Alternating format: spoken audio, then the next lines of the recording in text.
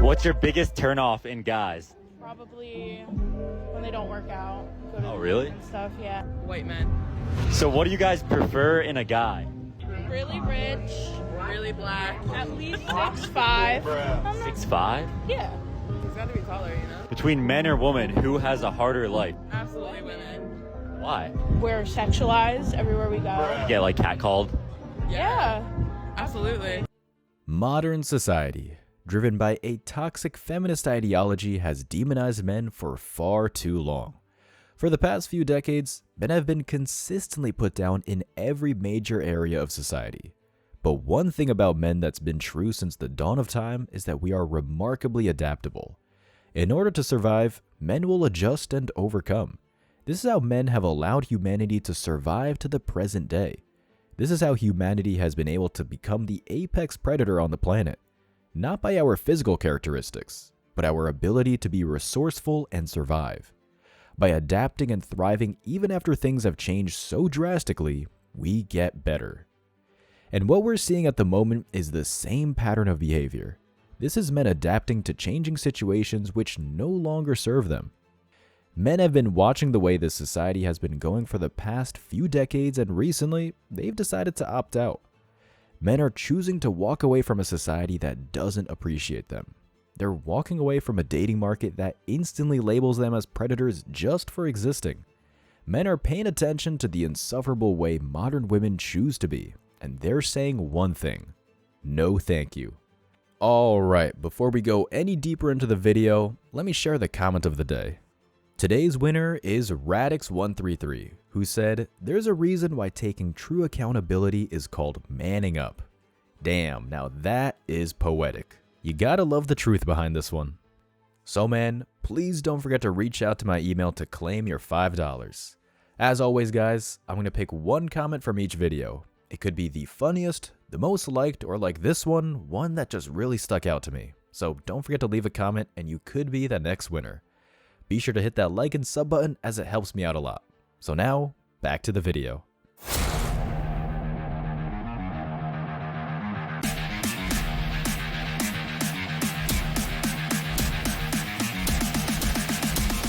Embrace your masculinity.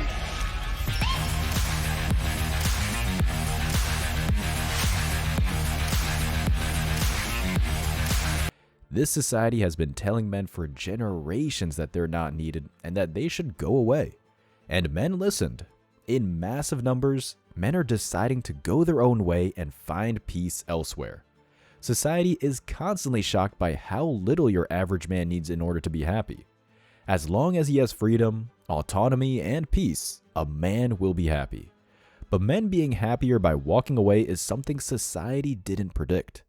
Feminism told men to go away, but they didn't expect men to actually do it. And now, this society is throwing a hissy fit because men walked away and realized that they're actually happier than they would have been if they stayed. Feminism does not want men to be happy. It's as if they said go away, and when men left, they said no, not like that.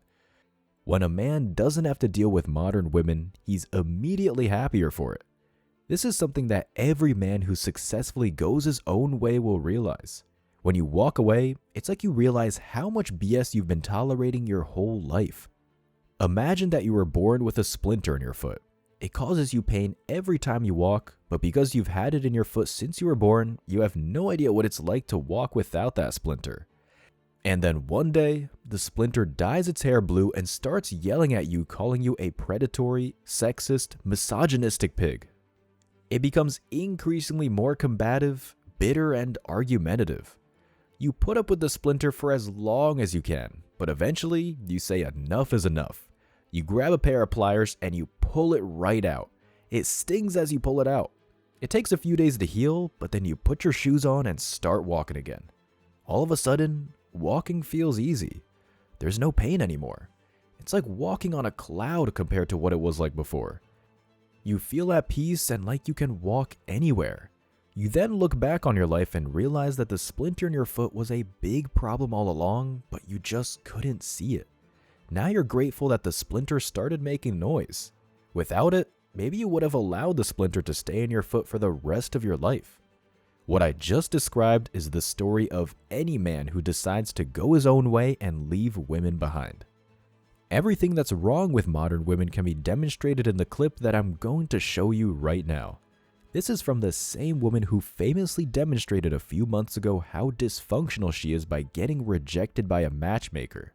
This is how you do not plan a freaking date. You are gonna get rejected. I am here, gonna show you with receipts. I pulled this one from the archive. Let's get into it. I had been on one date with this man, and I got right in that group chat after the first date telling the girlies, I think this guy is great. I had such a nice time with him. We had so much fun. We had a lot in common. I could not wait to go on a second date with him. A week or so later, he finally texts me and is like, hey, are you free Sunday for brunch? I'm like, yeah, great. That Saturday night, he sends me this text, are you still up for brunch? Yes, I'm still up for brunch. You're saying that 5 p.m. on Saturday, brunch assumingly would be Sunday, noon, 1. Yeah, what are you thinking? I could come your way if you know a good spot. Okay, let me do the heavy lifting for you, buddy. So I give him a list of these places and I add, not sure if any take a res, meaning, hey buddy, I'm giving you 3 options of places I'd like to go, but you are gonna have to do the footwork to determine whether or not they even require reservations. A lot of brunch places don't, or what the deal is. He says, oh, the Dutch eye. Not even sure what that means. Like, oh, is that a plan? No. So then that morning I get a text from him, howdy, how does 2 sound? I never heard back from him the night before, so what do I say? Oh, when I didn't hear back last night about a reservation or anything concrete, I made plans for this afternoon. You cannot, for a second date, try and make plans the morning of. Even less than 24 hours. Like, your girl is busy. We are not sitting around waiting for you to reach out. Goodbye. And so what is his response? Okay, cool. He, I think, got the point. But either way, I was like, this has to be like one of the laziest attempts at putting a second date together. Like, bro, second date, what are you doing? You missed out is what happened. Sorry. There are a few things that I want to point out. Firstly, let's be honest. She is 100% of the reason why she does not have a boyfriend. The guy did absolutely nothing wrong, and when she asked if she knew of a decent place, he wasn't expecting her to carry the entire load. He was just being considerate, but she freaked out and acted as though he was a beta. This is the thing that is so confusing in today's dating world as a man. If you ask a woman what she likes, she'll tell you she wants a considerate, caring man who listens to her. But when a man is actually considerate, she'll turn around and lose respect for him because he's not enough of a leader. Modern women have no idea what they want. But this isn't the only thing wrong with modern women today. One of the worst things about modern women is that the sexual empowerment movement has led them to start racking up insane body counts. It's extremely hard to want to date a woman when you know she's being run through by 5 other guys at the same time. This is what modern dating has become. This is what modern women are. Women racking up crazy body counts and seeing men as tools. This isn't just about me being sensational. This is literally what a woman recently said when asked about it. What's your age? 26 on the, February 22nd. So I'm 25 right now. Are you single? I am single. Why do you think that is? Because I want to be. I have a couple of boyfriends. I hope they're not watching. Maybe like 4 or 5. What's it like dating 5 people at the same time? It's just like juggling. You have to be talented. Are you sleeping with all 5 of them? Not all of them. Depends on the situation. Why not all? What's the deciding factor? Well, there's different guys for different situations. Some guys, I just want to go to... I forgot that I'm recording this. There's different purposes for different tools. One's a shovel, one's a knife, one's a fork. Yeah, honestly, the one that I'm fucking, never gonna get in a relationship with him. He doesn't have the job, the finances, none of that. So why even open yourself up to a guy like that? Great dick. Whenever anyone asks me why I don't date right now, I'm gonna show them this video. And I know some people are going to say that it's not all women, and they've got a point. But the fact is, such a huge percent of modern women embody these principles. No loyalty. They really do belong to the streets. Feminism has created a society where treating men like children with such open disrespect is the norm.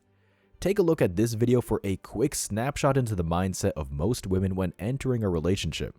No respect, no inherent value given to the other person's perspective. Just straight up toxic, disrespectful, and belittling attitudes. Okay, so my roommate and I made a game, and it's how we keep our roster in check. We called it Guilty Until Proven Innocent, and so this is how it works. Basically, every man we're talking to starts at death row. They're automatically on death row because men are guilty until proven innocent. The more well-behaved they are, the less serious their crimes get. So basically, we make these little characters that are the people on our roster, and then we can move them. And we have to justify to the other person why they deserve to go up the spot. So these are our current characters. And Nate's man is at embezzlement, and mine's at kidnapping. But there's always room for them to improve. And here's the kicker. They can do anything and we can move them back down to death row. It's that easy. But the threshold right here is the pipeline between tax fraud and petty theft is where the relationship becomes official. So yeah, that's our little game. Clearly it's pretty hard to get to innocent because we believe that no man is truly innocent. But yeah, guilty until proven innocent. I like to think it's one of my better ways to keep ourselves in check. This video does give us a window into what most women think of men today, and she summed it up beautifully. Guilty until proven innocent. It's absolutely okay in this society to make a video describing how men are guilty until proven innocent. Can you imagine if a man made that same kind of video about a woman? Can you imagine the backlash that would ensue if you claimed that women are guilty until proven innocent? Nothing new here. Just the same man-hating double standards and hypocrisy that have become depressingly normal. When women are being targeted, society freaks out. When men are being targeted, society laughs. That's just how it is. Is there any wonder why men are exercising their power and freedom to walk away? There's been some new data recently that shows the growing shift that men are going through in their attitudes. And honestly, this data makes me so proud of men today. Because this data is total proof that men are getting tired of the way they've been treated over the past few decades, and it's proof that they aren't willing to tolerate it anymore. The data I'm talking about lies in the growing ideology gap between men and women. Take a look at this. Bad news, it is going to be harder to find your soulmate or just simply get through a date. According to a new Financial Times article, there is a growing divide between the ideological views of men and women, playing out on a global scale. We hear Gen Z are very progressive, but it's more nuanced than that. It turns out Gen Z women are even more progressive, but Gen Z men are more conservative than boomers. Women ages 18 to 30 are now 30 percentage points more progressive than men their same age. Why is this happening? Some say it might be due to the Me Too movement, feeling some men might be threatened by it. One time I left a date early because the guy said he had marched in 2 pro-life rallies, and I said we don't have the same values. This is why we can't have nice things, but we can have cats. Women are becoming increasingly more liberal. They expected men to fall in line and simply believe what they wanted men to believe. But that's not what's happening. Not even slightly. Feminism told men to swallow the BS and be good little boys. But instead, men have started walking away in massive numbers and forming their own opinions about what they observe. More men are becoming conservative in their views. To put it into perspective, more young men are conservative at the moment than boomers. This is a direct response to the anti-male liberal agenda that's been allowed to run rampant in US society in recent years. Liberals had the opportunity to respect men in the same way it prioritized women, but they chose to put women on a pedestal while routinely putting men down and cutting them off at the knees every chance they got. Any man who is a hard liberal today is usually a blue-haired simp feminist ally who would rather die than disagree with a woman even once. And yes, I'm talking about Destiny. Although that guy has become far less liberal since his wife left him. How interesting. And as predicted, most major media outlets are freaking out trying to paint conservative young men as basement-dwelling incel losers. They routinely target public figures like Andrew Tate and Jordan Peterson as being far-right nationalist terrorists who are going to bring down society. They have to portray them in this way because they're afraid that people are going to realize that they have a point. But despite the portrayals of men in Disney and Hollywood, men are not complete idiots who can't think for themselves. Gen Z men hate feminism, and according to recent polls, even the data proves this right.